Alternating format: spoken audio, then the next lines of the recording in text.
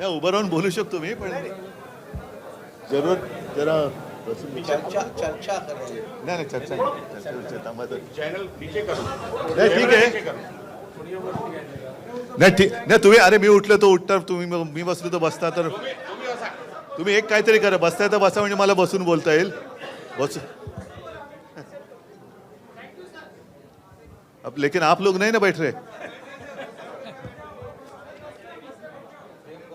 ठीक है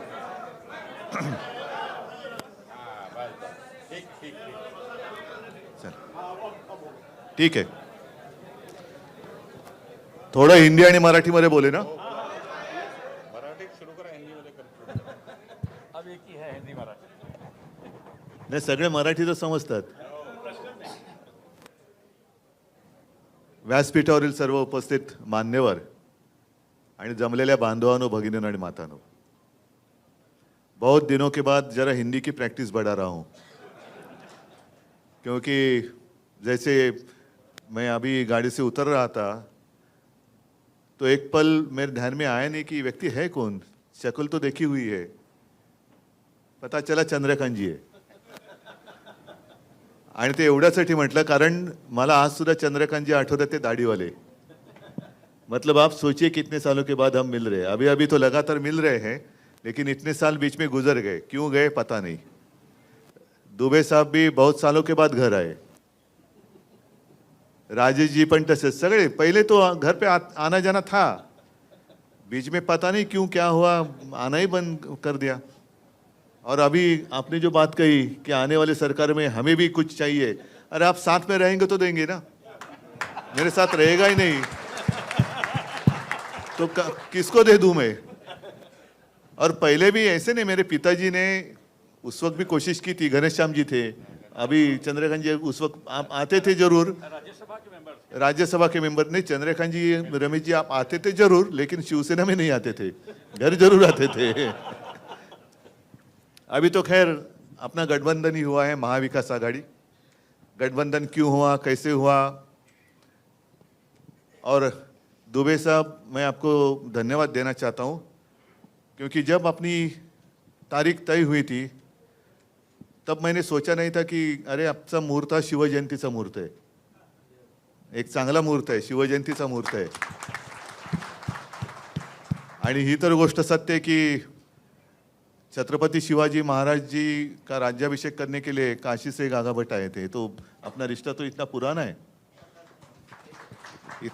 है पण तेव्हा माझ्या एक गोष्ट माहिती नव्हतं कि इलेक्शन कमीशन बीच में ही अपना रिजल्ट सुनवा देगी ठीक है कल उन्होंने मेरा धनुष्य बाण छीन लिया आप खुद प्रभु रामचंद्र मेरे साथ आ गए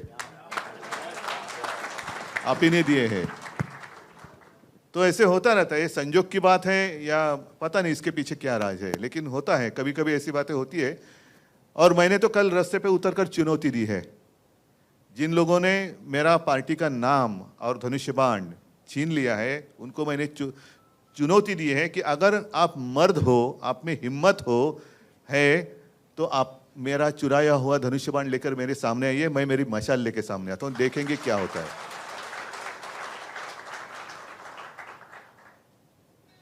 एक बात जरूर कि पिछले 25-30 साल से भी ज्यादा हम और आप एक दूसरे के विरोधी थे कांग्रेस और राष्ट्रवादी और शिवसेना उत्तर भारतीय और मराठी नहीं मैं कह रहा हूं कांग्रेस राष्ट्रवादी और शिवसेना तो ऐसी कौन सी बात हो गई कि हम तो हिंदुत्ववादी थे आज भी मैं कहता हूं मैं हिंदू हूं मैंने हिंदुत्व कभी छोड़ा नहीं है और ना ही छोड़ूंगा मैंने तो भाजपा को छोड़ा है हिंदुत्व को नहीं छोड़ा है भाजपा मतलब हिंदुत्व नहीं है और उनका जो हिंदुत्व है वो हमारा हिंदुत्व नहीं है वो हमें मंजूर नहीं है मैं खुलेआम कहता हूं जो मेरे पिताजी ने मुझे सिखाया वो हिंदुत्व ये नहीं है और मेरे पिताजी की भाषा में कहें तो राष्ट्रीयत्व हेच आमचं हिंदुत्व है हमारा जो हिंदुत्व है वो देश से जुड़ा हुआ है लेकिन इनका जो हिंदुत्व है वो कैसे है कि आपस में लड़ाई लड़ाओ आपस में झगड़ा कराओ परिवार में झगड़ा लगाओ पार्टी में झगड़ा चालू करो और सत्ता हासिल करो कल कोई आया था पूना में कहते हैं उन्होंने पूछा क्या कैसे चल रहा है महाराष्ट्र में, तो कहा कि आज बड़ा अच्छा दिन है। तो क्यों? तो शिवसेना का नाम और चिन्ह हमने अपने साथ जो गुलाम आए हैं उनको दे दिया। तो व्यक्ति बोले बहुत अच्छा, मोगैम्बो खुश हुआ। ये मोगैम्बो है। मिस्टर इंडिया अगर आप याद करें तो उसमें यही है ना, मोगैम्बो यही चाहता था कि देश में एक दूसरे के साथ लड़ाई हो जाए, लोग आपस में लड़ते रहे और वो लड़ाई में व्यस्त रहेंगे तो मैं राज करूंगा। यही तो है आज के मोगैम्बो, यही तो है। वो भले हिंदू हैं, लड़ो हमारे साथ है, वही हमारे, वो हिंदू हो या कोई हो, कोई उसका उसमें फर्क नहीं पड़ता। आप हमारे पार्टी में आते हो तो ही हिंदू हैं, और नहीं है तो आपने हिंदुत्व छोड़ दिया। आप मुझे बताओ, मैं तो जैसे आपने कहा इंतजार कर रहा हूँ बीकेसी में कब आप जनसभा करते हो। मुझे तो लोगों के सामने आना है, लोगों के बीच में आना है और पूछना है बताओ मैंने क्या गलती की है। 2.5 साल मैं मुख्यमंत्री था, कहाँ मैंने भेद किया है? आपस में लड़ाई कभी मैंने करवाई है? कभी शिवसेना ने आपस में लड़ाई लगाई है की है? कभी नहीं। दुख इस बात का होता है कि 92 93 की जो आपने जिक्र किया, तो यही तो मेरे शिवसैनिक हैं। आज अनिल परब है, वायकर है, विनायक जे, ऋतुजाताई बसले त्यांचं तेव्हा रमेश होता, भाऊ कोरगावकर है, इकडे पण काही लोक असतील। ये तो हमारे सैनिक हैं जिन्होंने मुंबई को बचाया था। और आज जो हिंदुत्व की बात कर रहे हैं वो उस वक्त कहाँ थे? एड्रेस नॉट नोन, कहाँ गए पता नहीं। और आज बड़े सीना तान कर आ रहे, 56 इंच की छाती। अरे आपकी 56 इंच का जो सीना है उस वक्त कहाँ था? उसको तो पसीना आया था। आप कहते हैं 56 इंच का सीना, उस वक्त तो पसीना ही पसीना हुआ था। तो उस वक्त जिन्होंने मुंबई बचाई उनको आप अभी गुनहगार मान रहे हो। और मैं कांग्रेस के साथ गया, मैं नहीं गया, भाजपा ने मुझे ढकेला है, भाजपा ने मुझे ढकेला। और ये बात मैं दोहरानी इसलिए चाहता हूं ताकि गलतफहमी आपके मन में ना रहे। 2014 में मैंने नहीं युति तोड़ी थी, भाजपा ने युति तोड़ी थी। और तब भी मैं हिंदू ही था ना, आज भी हिंदू हूं। उस वक्त आपने युति तोड़ी थी। बाद में जब आपको पता चला, जरूरत पड़ी कि अरे शिवसेना तो साथ में लगेगी, क्योंकि उस वक्त लास्ट मोमेंट चंद्रकांत जी, मतलब चुनाव, वो जो नामांकन पत्र दाखिल करने की डेट रहती है उसके एक दिन पहले उन्होंने युति तोड़ी। बड़ी मुश्किल थी क्योंकि 288 जगह पर मैं कैंडिडेट कहां से लाऊं। तो भी हम लड़े, अकेले लड़े तो 63 आए थे हमें। बीजेपी को ऐसा लगा था कि वो अकेले की जोर पर सत्ता संभालेगी, नहीं संभाल सके, हमारी मदद लेनी पड़ी। उसके बाद अमित शाह घर पे आए थे। और ये तो मैंने जब दसरा की रैली हुई थी अभी की शिवाजी पार्क, तो मैंने मेरे माँ और पिताजी की कसम खाकर शपथ लेकर कहा था कि ये बात सच है। उन्होंने मुझे एक वचन दिया था और वो इसलिए मैंने मांग की थी क्योंकि मैंने मेरे पिताजी को यानी बाला साहब को आखिरी दिनों में वचन दिया था कि मैं एक ना एक दिन आपका शिवसैनिक मुख्यमंत्री करके दिखाऊंगा। वो वचन आज भी मेरा कायम है। तो उस वक्त अमित जी ने कहा ठीक है, और बाद में ठीक है के बाद जो कुछ हुआ आप देख रहे हैं। और उस वक्त अगर मैं आज जैसे हमारे कुछ लोग गले में पट्टा बांधकर गए उनके पास, तो ये तो मेरे पिताजी ने कभी सिखाया नहीं किसी की गुलामी करो। मेरे पिताजी ने सिखाया अन्याय के साथ लड़ाई करो। मैं तो लड़ने वाले पिता का लड़ने वाला पुत्र हूँ और कभी झूठ बात नहीं करूँगा। मैं झूठी बातें करना मेरे खून में नहीं है। और इसलिए मैंने कहा कि ऐसी बात है तो मैं छोड़ दूंगा। मैं अच्छा हम देंगे वही आपको मिनिस्ट्री लेनी पड़ेगी क्या? और उस वक्त तो ये कहा गया था कि आप चुनकर आए हो, ध्यान में रखो मोदी जी का चेहरा आपने इस्तेमाल किया है। उस वक्त तो युति थी, गठबंधन था। हाँ, हमारे पोस्टर पे मोदी जी का चेहरा था, उनके पोस्टर पे हिंदू हृदय सम्राट बाला साहब का चेहरा था। और एक जमाना था ना, कल मैंने कहा कि एक जमाना जरूर था कि मीटिंग में, मोदी जी की मीटिंग में पब्लिक मोदी जी के नकाब मास्क पहनकर आते थे। लेकिन अब दिन बदली हो गए। अब मोदी जी को बाला साहब का नकाब पहनकर महाराष्ट्र में आना पड़ता है। और एक ऐसी गंदी हरकत कर रहे हैं। क्या आपको पसंद है जो भी चल रहा है? आपको पसंद है क्या? ये प्रजातंत्र है? अरे लड़ना है तो मैदान में लड़ो ना। आपको जो कुछ कहना है कहो, हमें जो कुछ कहना है कहेंगे, और जो जनता है वो निर्णय करेगी। वो सबसे ऊपर की अदालत है, बड़ी अदालत है वो जनता। उनको फैसला करने दो, यही तो लोकतंत्र है। लेकिन इनको लोकतंत्र मंजूर नहीं है। सब जो एजेंसीज है वो भेड़ियों की तरह से अपने ऊपर छोड़ते हैं। मैं कुत्ता इसलिए नहीं कहता, कुत्ता मुझे बहुत प्यारा है, कुत्ता ईमानी रहता है, वफादार होता है। भेड़िया का मतलब मानते हो ना, लांडगा, बरोबर ना? जरा हिंदी सीख रहा हूं मैं। लांडग्याला काय म्हणतात हिंदीत, काय म्हणतात बाबा? नाही, लोमडी म्हणजे कोल्हा, सियार म्हणजे पण कोल्हाच होतो, भेडिया म्हणजे पण थोडक्यात लांडगा कळला ना तुम्हाला? हा तो शब्द काही असू दे, तो लांडगा हा लांडगाच असतो आणि लबाड असतो, लबाडा लांडगा ढोंग करते। वो पहले छोड़ना है, इनकम टैक्स को छोड़ो, इसको छोड़ो, उसको छोड़ो, सबको डराने के बाद मैं सबके साथ अकेला लड़ रहा हूं। अरे अकेला क्या, आपके भेड़िए तो सब पहले आए ना, उनके आधार पर आप लड़ रहे हैं। और एक उम्मीद थी, जरूर थी, एक सपना था, जरूर था, देश को एक मजबूत देश बनाना अपना सपना था, वो आज भी है। क्योंकि जिनको हमने एक सपना देखकर वहां बिठाया वो खुद बलवान हो गए, लेकिन देश कमजोर हो रहा है, देश कमजोर हो रहा है। मेरा कर्तव्य सिर्फ मुंबई बचाना इतना ही नहीं है, मेरा कर्तव्य महाराष्ट्र बचाना इतना ही नहीं है, मेरा कर्तव्य, मेरा मतलब हम सबका देश को बचाना है।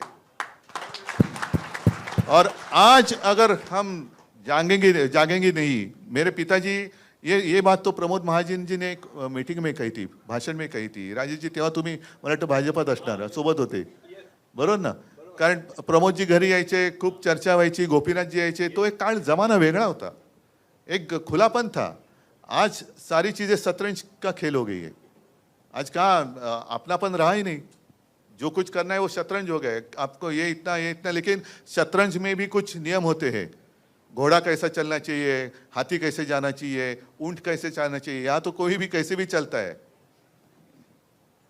तो प्रमोद जी ने कहा था, और ये सच है, वो जमाना था, वो सब अपने हिंदू लोग बिखरे हुए थे। और तब मेरे पिताजी ने प्रमोद जी को कहा था कि प्रमोद देख, एक ना एक दिन मैं तुझे इस देश का हिंदू बनकर वोट करते हुए दिखाऊंगा। तो प्रमोद जी ने कहा कि बाला साहब कैसे है पॉसिबल, उत्तर भारतीय अलग है, मराठी अलग है, दक्षिण भारत के अलग है, बीच में पंजाबी है, बंगाली है, तो ले देख तू क्या होता है कि नहीं देख। वो दिन तो आ गया, हिंदू बनकर वोट करने लगे। अभी हिंदू उठ गए, जाग गए। अभी जागा हुआ हिंदू खतरा भी हो सकता है, तो उनके आंखों में धूल फेंकी जा रही है। तुम्ही उठलात, हिंदू उठले जरूर, पण उठल्यानंतर जागे झालेला हिंदू ह्याला जर का सगळं दिसायला लागलं तर पंचायत होणार। म्हणून मग जो नींद से जाग गए हैं उनके आंखों में धूल फेंकने का काम चल रहा है। मग कुठला तरी एखादा मुद्दा असा फेंकायचा, फिर वो जैसे चुनाव आते हिजाब का मुद्दा आया था, अब कहाँ गया हिजाब का मुद्दा? हाँ, फिर जैसे कुछ आता है तो गौवंश हत्या बंदी का मुद्दा निकालेंगे, कुछ आएगा तो मतलब हिंदुओं को ऐसे महसूस होना चाहिए कि अरे क्या हो रहा है। बीच में तो और एक मजेदार बात हुई, मुंबई में एक मोर्चा निकला था, हिंदू जन आक्रोश, हिंदू आक्रोश मोर्चा, याद है, देखा अपने न्यूज में देखा? हाँ, हिंदू आक्रोश। क्यों हिंदुओं को आक्रोश करना पड़ रहा है?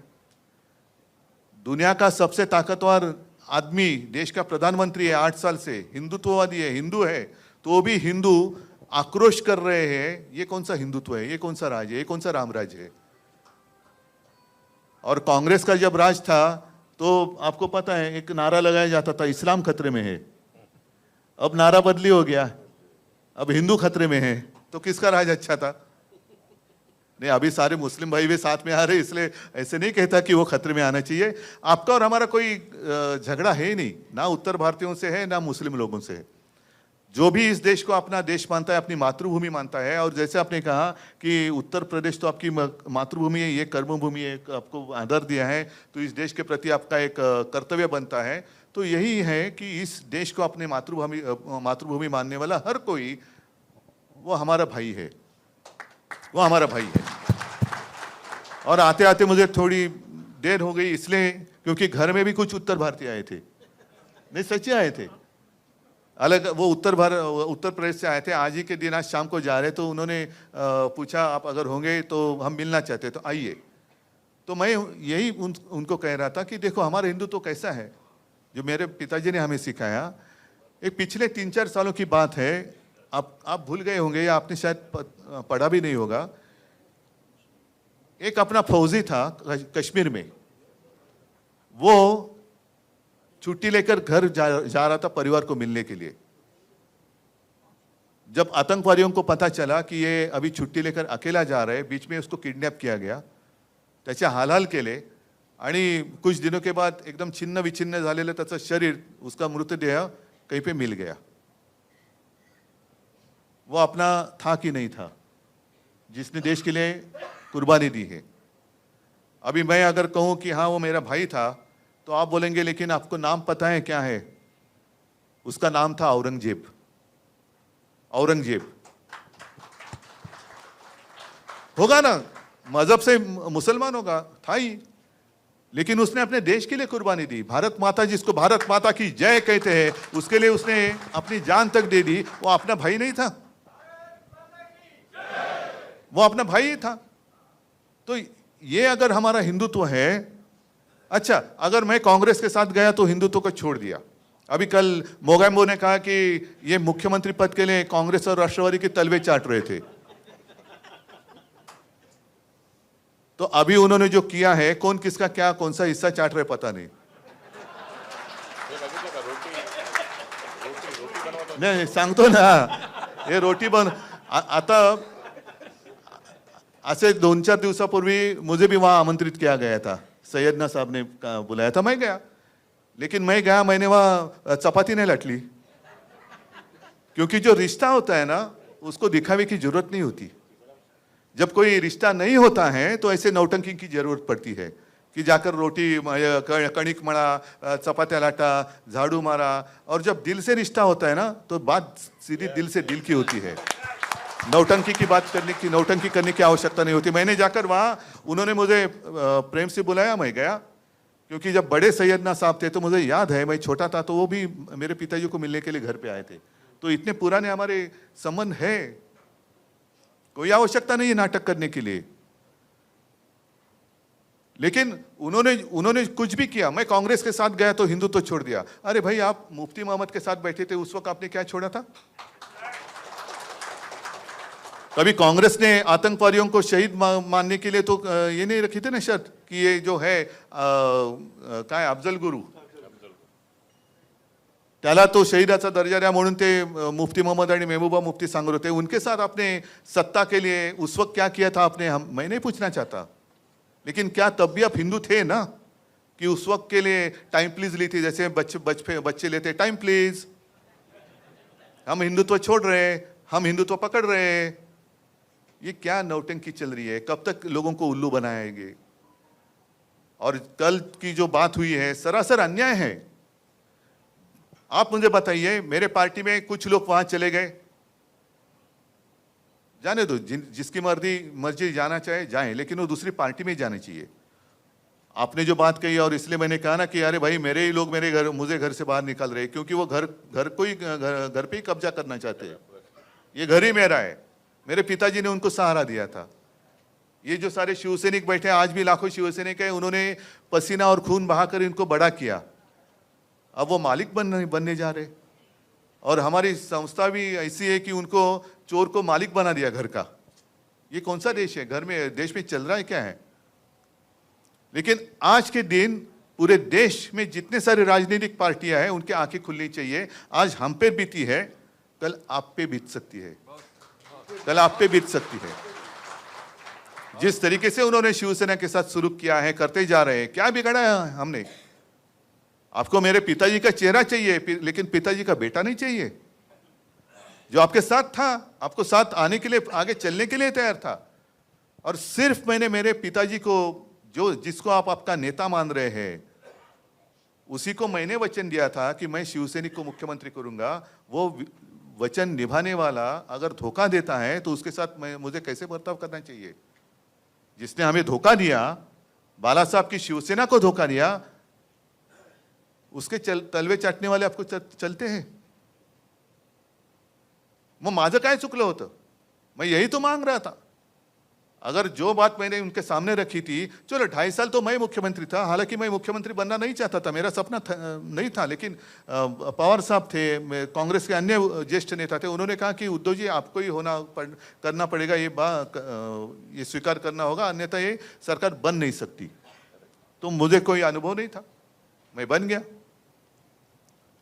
अगर मेरे साथ जो उन्होंने कमिटमेंट की थी 2.5 साल की, वो अगर निभाते तो अब पहले 2.5 साल या बाद में 2.5 साल या तो उनका या तो शिवसेना का मुख्यमंत्री होकर चला गया होता, और आज ऑफिशियली उनका मुख्यमंत्री शायद होता या पहले हो जाता था। क्या फर्क पड़ता था, दिन तो उड़ जाते हैं। लेकिन कभी कभी ऐसे लगता है कि जो भी कुछ होता है अच्छे के लिए होता है। जो कल भी चुनाव आयोग ने फैसला दिया अच्छे के लिए हो रहा है, क्योंकि लोगों के दिल में आग लगी है, अभी आग लगी कि ये कैसा अन्याय है। नाम ठीक है, मेरे पार्टी को 2 नाम दिए गए, 2 गुट उन्होंने मान लिए, कभी आज तक ऐसे हुआ नहीं है। जब भी किसी पार्टी में विवाद हुआ, कांग्रेस में भी हुआ था इंदिरा जी के समय पर, तो गाय वासरू, पहले बैल जोड़ी था, पण गाय वासरू नका विसरू, बैल जोड़ी था फिर गाय वासरू आ गया। पण तो गाय वासरू क्या है, क्यों बैल जोड़ी क्या है, जो आज तक फ्रीज किया गया है, किसी को दिया नहीं गया। भले 2 कांग्रेस को मान्यता मिली, इंडिकेट सिंडिकेट, बाद में और सारे कांग्रेस निकली, लेकिन किसी को भी वो नाम और सिंबल नहीं दिया गया। तो आज भी मेरी अपेक्षा यही थी कि शायद उसी तरीके से कुछ करेंगे, उनका एक गुट और हमारा एक, जैसे उन्होंने वो मान्यता दी ना, त्यांनी नाव घेतलं होतं बाळासाहेबांची शिवसेना। मुझे नकाफी की जरूरत नहीं है, मैं सीधे नाम लेकर लोगों के सामने जा रहा हूं, क्योंकि मेरे पिताजी ने कहा है कि उद्धव तू जैसा है वैसे लोगों के सामने जा, लोग स्वीकार करेंगे या नकार देंगे। तो मैं तो सीधा नाम लेके जा रहा हूं, शिवसेना उद्धव बाळासाहेब ठाकरे है मंजूर, आ जाओ साथ। आपने धनुष्य बाण फ्रीज किया था, मैंने मशाल ले ली। अब शायद ये भी वो कर सकते, क्योंकि इतनी नीच और गंदी राजनीति कर रहे हैं कि शायद वो हमारी मशाल भी ले सकते हैं। तो चलो, आज मशाल दी है ना, हमने तो ली है, उन्होंने चोरी का धनुष्य बाण लेकर सामने आने की मैंने जो चुनौती दी है, हो जाने दो ना, क्यों डर रहे हैं आप? पूरी सत्ता ताकत आपके पास है, धनुष्य बाण भी आपके पास है। लेकिन जैसे मैंने कहा कि शायद आप धनुष्य बाण को चुरा सकते हैं, लेकिन ये लोगों के दिल में बैठा हुए राम को नहीं चुरा सकते आप। उनके दिल में जो बैठा हुआ राम है, उसके आशीर्वाद जब तक मेरे साथ है, तो भले धनुष्य बाण आपने चुरा लिया तो भी मेरा कुछ बिगड़ नहीं सकते। और अभी मुंबई को दासी बनाने की बात चल रही है। मुझे तो अभिमान है, पिछले 25 साल ऐसे नहीं कि मुझे उत्तर भारतीयों ने बिल्कुल वोट नहीं दिया, दिया ना, जरूर दिया। मराठी तो है ही, लेकिन उत्तर भारतीय भी लोग मेरे साथ रहे, गुजराती भी रहे, मुस्लिम लोग भी हैं। हमारे बेरामपाड़ा से त्याचं काय नाव आपलं, हाजी अली नगरसेवक आहे।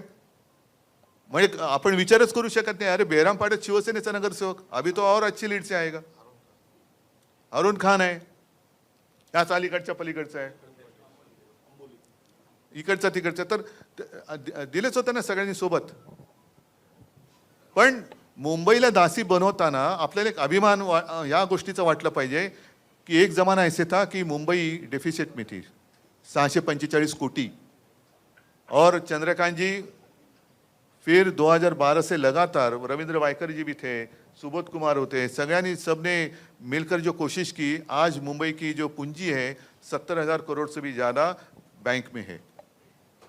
इसका अभिमान होना चाहिए कि नहीं होना चाहिए? हमारे प्रधानमंत्री आए और क्या उन्होंने कहा कि बैंक में पैसा रखकर विकास नहीं होता। ठीक है, बैंक में पैसा रखकर विकास नहीं होता, ये सिंपल बात क्या हमें समझ में नहीं आती, लेकिन पहले बजट या वो जो पूंजी है वो समझ तो लो क्या है। उसमें से 30-40% उसके ऊपर महापालिका का अधिकार ही नहीं है, क्योंकि उसमें राजेश जी तुम्ही पण होता नगरसेवक, त्याच्यात बरेचसे हे जे पैसे आहेत ते कर्मचाऱ्यांचे आहेत, फंड आहेत, भविष्य निर्वाह निधी, ग्रॅच्युएटी असेल, पेन्शन असेल, हे असेल ते असेल, मग काही कॉन्ट्रॅक्टरच्या ठेवी आहेत त्याच्यामध्ये जो बाद में वापस लौटाने पड़ते हैं। और बैंक में पैसा रखकर विकास नहीं होता हमें मालूम है, लेकिन शायद आपको पता नहीं प्रधानमंत्री जी, मुंबई महापालिका जो कोस्टल रोड बना रही है वो उसी पैसे से बना रही है जिसके ऊपर टोल लगने वाला नहीं है। याला म्हणतात विकास। पण आता एफडी वरती यांचा डाव घाला घालतायत ते, एफडी तोड़ने की बात चल रही है। इसका मतलब यही है कि सारे के सारे देश में भिखारी बनकर मेरे दरवाजे के सामने खड़े रहने चाहिए। भिकेचा कटोरा घेऊन रोज तुम्हाला माझ्या दारासमोर उभं राहिलंच पाहिजे, यालाच म्हणतात हुकुमशाही। एक तो जीएसटी लगा दिया, जो मुंबई महापालिका और राज्य सरकार का डायरेक्ट इनकम जो था वो तो बंद कर दिया। और आपको याद होगा कि कोरोना के समय पर मैं और अजीत दादा पवार हमेशा कहते थे, आज की स्थिति पता नहीं मुझे, जब भी कभी पूछते थे हम हमारे फाइनेंस सेक्रेटरी को, साहब 20 करोड़ से ज्यादा ही केंद्र सरकार से जीएसटी आना बाकी है, जो हमें समय पर मिलना चाहिए। तो जसं पैसा बँकेत ठेवून विकास होत नाही, तसा राज्याचा आणि मुंबईचा पैसा केंद्राच्या खिशात ठेवून सुद्धा राज्याचा आणि मुंबईचा विकास नाही होणार। निदान मुंबईचा हक्काचं जे काय आहे, महाराष्ट्राच्या हक्काचं आहे ते तर द्या ना। हमें भीख नहीं चाहिए आपकी, दिल्ली की भीख नहीं चाहिए मुंबई को। मुंबई तो पसीना बहाने वाली नगरी है, पसीने की कमाई तो दे दो। आपको पसीना भी नहीं बहाना है, सारे उद्योग आप महाराष्ट्र से गुजरात लेके जा रहे हैं, सगळ्या गोष्टी मुंबईच्या बाहेर, महाराष्ट्राच्या बाहेर, आणि वरती येऊन उपकार केल्यासारखं काहीतरी तोंडावरती तुकडे फेकून जायचं आणि मुंबई आपली दाशी बनवायची। त्याच्या आड शिवसेना येते, उद्धव ठाकरे येते, खत्म कर दो इनको पॉलिटिकली। आपके ऊपर है। मी तुम्हाला सांगितलं, मला माझ्यासाठी तर काहीच मी मागत नाहीये। तुम्ही जेव्हा पब्लिक मीटिंग घ्याल, मी माझी दसरा मेळावा असतो तसंच आणखीन परत मीटिंग तर मी घेणारच आहे। मी तर लोकांवरती सांगणार आहे, मी तुम्हाला हवा असेल तर तुम्ही सोबत राहा। आज तर माझ्या हातात काहीच नाही आहे माइक शिवाय, सिर्फ माइक है जिस माइक के माध्यम से मैं मेरे दिल की बात आपसे कह सकता हूँ। मन की बात नहीं, मेरे मन में कुछ और चलता होगा। मनातले मांडे आपण म्हणतो, पण मैं दिल की बात करने वाला हूँ, दिल की बात करने वाला हूँ। और इसलिए अगर साथ आना चाहते हैं तो साथ निभाना पड़ेगा, साथ निभाना पड़ेगा। हर संकट में साथ रहना होगा। हाथ उठा के बोलिए, हम तुम्हारे साथ हैं।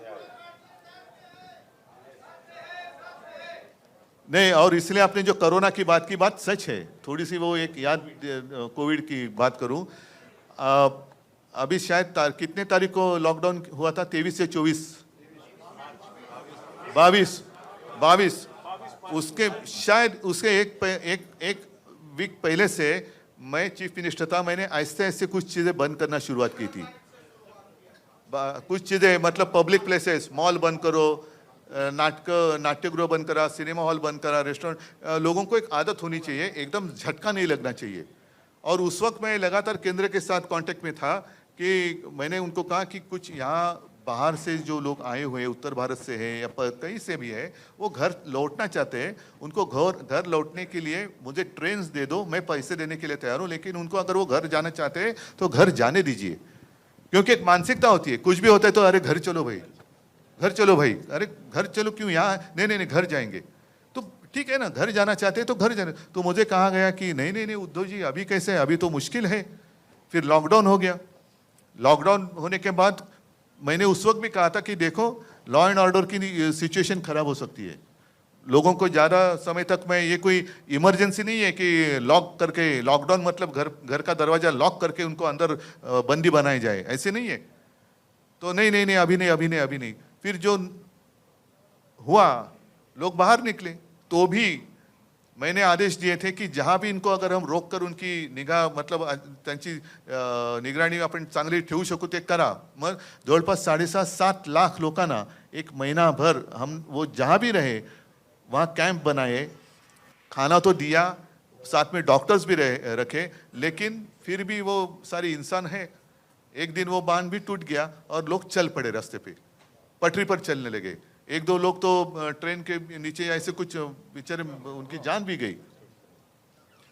और तब भी मैंने, अनिल परब मंत्री थे, परिवहन मंत्री, अनिलला सांगितलं, म्हटलं अनिल सगळ्यांना एसटी दे आणि सगळ्या 7.5 लाख लोकांना त्यांच्या गावाच्या सीमेपर्यंत सोडलं। अनिल परबच मंत्री होते। 7.5 लाख लोगों को मैंने उनके गांव की सीमा तक छोड़ा। कुछ लोगों को उन्होंने कहा कि नहीं, हमें यहाँ तक छोड़ दो, फिर हम स्टेशन, रेलवे, महाराष्ट्र के बाहर हम रेलवे से जाएंगे। फिर ऐसे सारे लोगों को हमने किया, जो कुछ कर सकते ते किया. त्यावेळेला आम्ही हे बघितलं नव्हतं की मी तर खरं सगळ्यांना सांगत होतो की आप कहीं जाइए मत, आप यहीं पे रहिए, कुछ नहीं होगा, हम आपका ख्याल रखेंगे. नहीं लेकिन हमें घर जाने दो. तो ठीक है, आपकी मर्जी. आता त्यावेळेला घरी गेल्यानंतर वो भी एक वीडियो आए थे, पूरे लोग रास्ते पे रुके हुए हैं और पानी भी नहीं पीने के लिए, कुछ नहीं, ये नहीं वो नहीं. वो बोल रहे थे इससे अच्छा तो महाराष्ट्र था, महाराष्ट्र था. तो ये बात है. तो यही मैं कहता हूं कि हम साथ में रह रहे तो सुख में और दुख में हम साथ एक दूसरे के साथ रहे. आणि दुबेजी तुम्ही जे सांगितलं आता कोणी तुम्ही बोललात ना, पवार साहब के यहाँ बैठे थे और उन्होंने दुबे जी ने कहा कि उम्र का कोई ये नहीं है, और ये सच है. मेरे पिताजी कहा करते थे कि उम्र किसी के हाथ में नहीं है. माणूस वयाने मोठा होतो, पण तो वयाने मोठा झाला तरी मनाने खचला की तो वृद्ध होतो. तो आज भी दुबे साहब तो यंग है, काम करने की हिम्मत है, एक जिद्द आहे. आणि आमचं आता चांगलं जुळलंय महाविकास आघाडीचं. त्याच्यामुळे पवार साहेबांना सांगतो इनको भी कुछ जिम्मेदारी दे दो. वैसे कोई ऐसे नहीं कि वो अपनी जिम्मेदारी लेकर, अभी ये तो सारी मीटिंग उन्होंने ही तो की, मैंने नहीं कुछ उनको कहा था. तो वो ऐसे नहीं कि जिम्मेदारी नहीं तो मैं क्या करूं. तो वो बोले आप जिम्मेदारी दे दो या नहीं दे दो, मैं तो मेरा कर्तव्य करते रहूंगा. तो ऐसे लोग साथ में आएंगे. और इसलिए मैंने कहा ना, तो सिर्फ शिवसेना की लड़ाई नहीं है, हर एक भारतीय नागरिक की लड़ाई है. इस देश में प्रजातंत्र, लोकशाही जिवंत राहणार की नाही हे आता ठरवण्याची वेळ आलेली आहे. आणि त्याच्यासाठी हम सब एक साथ मिलकर आगे जाएंगे. तो किसकी हिम्मत है अपने देश को गुलाम बनाने की. मैं मेरे देश को, मेरी भारत माता को किसका गुलाम नहीं होने दूंगा. बस एक ही यही शपथ ले लो और आगे चलो, एक ही शपथ ले लो. तो मैं मानता हूं कि अभी पिछले रविवार भी मैं आया था आपके यहाँ, गोरेगांव में आया था. आज यहाँ आया हूं, पता नहीं अगला रविवार कहाँ है या कहाँ है. लेकिन ये तो अभी ये शुरुआत तो हुई है, उसको आगे हम और लेके जाएंगे. हाँ? अभी ठाणा में अभी मतलब आगे ठाणा में जाना. हाँ, ठाणा और मुंबई. तुम्ही जिकडे म्हणाल तिकडे मी येतो. भाई अंदर अरे तू, मी असं पण पहिले भाई अंदर आ जा. तर हे आपलं एक नातं आहे. आणि मला खरंच आनंद आहे की इकडे मी एक हिंदी बोलायची प्रॅक्टिस थोडीशी वाढवतोय. पण मला असं मी जर जेव्हा म्हणतो की तुमच्यापैकी काही जण अतिशय शुद्ध मराठी बोलतात. आता एवढं सगळेजण आपण मिळून मिसळून गेल्यानंतर, एवढ्या आपण एकत्र आल्यानंतर मग निवडणुकीत वेगळं करायचं. इलेक्शन में, चुनाव के दरमियान आप उत्तर भारतीय होते हैं, मैं महाराष्ट्रीयन मराठी होता हूं. क्यों? आता सगळे आपण आहोत ना. जसं मी हिंदुत्वाची हे सांगितले तुम्हाला काय आहे, भाषा सांगितली, आणखीन सगळ्या गोष्टी सांगितल्या. तर आपण आता काल अमित शाह आए थे, उन्होंने कहा कि दूध का दूध पानी का पानी हो गया. अब तक तो सुप्रीम कोर्ट का फैसला बाकी है. और दूध का दूध पानी का पानी हुआ नहीं है. आपने तो दूध में नमक डाला है,